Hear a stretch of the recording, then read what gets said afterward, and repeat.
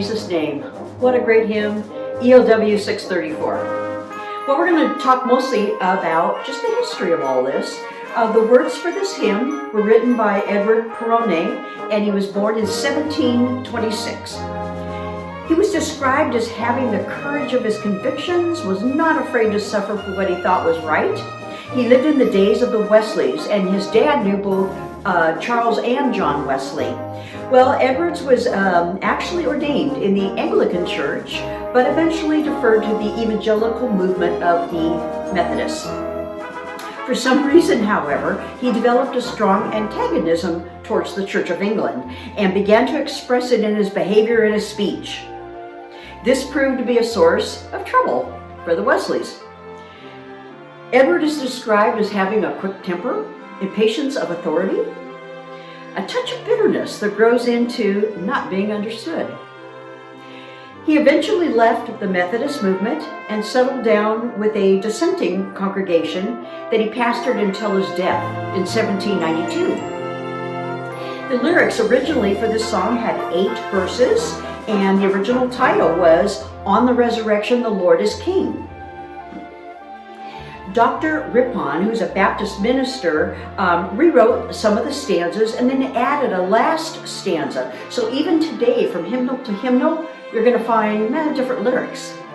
Fun fact: the word diadem is found 4 times in the scriptures, in Job, Ezekiel, and twice in Isaiah. 3 different Hebrew words described the word diadem, but they all mean the same thing, which is a crown, a royal attire of the head. Well, a story about this hymn. This is really interesting.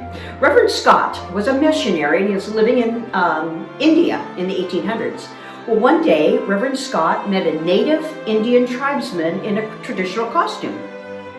And after earnest inquiry, he discovered that the native was from a ferocious mountain tribe, and they rarely came into the city.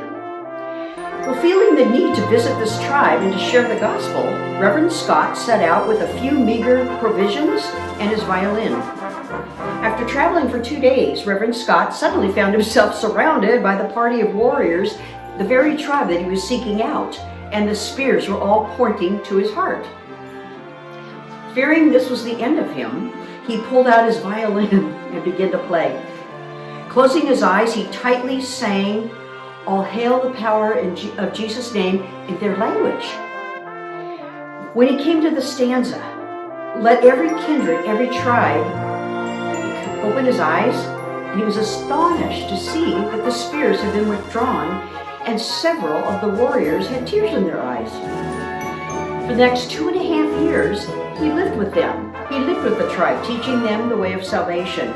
And when poor health forced him to leave for a little bit, they begged him. They followed him for 40 miles and begged him to come back soon. And he did. He spent the last days of his life with those people, teaching, who had taught, "All hail the power of Jesus' name." Oliver Holden wrote this wonderful tune. He was born in Massachusetts. He served in the Revolutionary War. He was a Baptist. He was a rebel himself. He started the First Baptist Church and then left to start the Second Baptist Church around the across the river when he didn't like the discipline on the first one. By trade, he was a carpenter and a real estate dealer, but he also was very active in politics. This composition is titled "Coronation," written specifically for this text. There's several other tunes, but this is the one we know the best. "All hail the power of Jesus' name."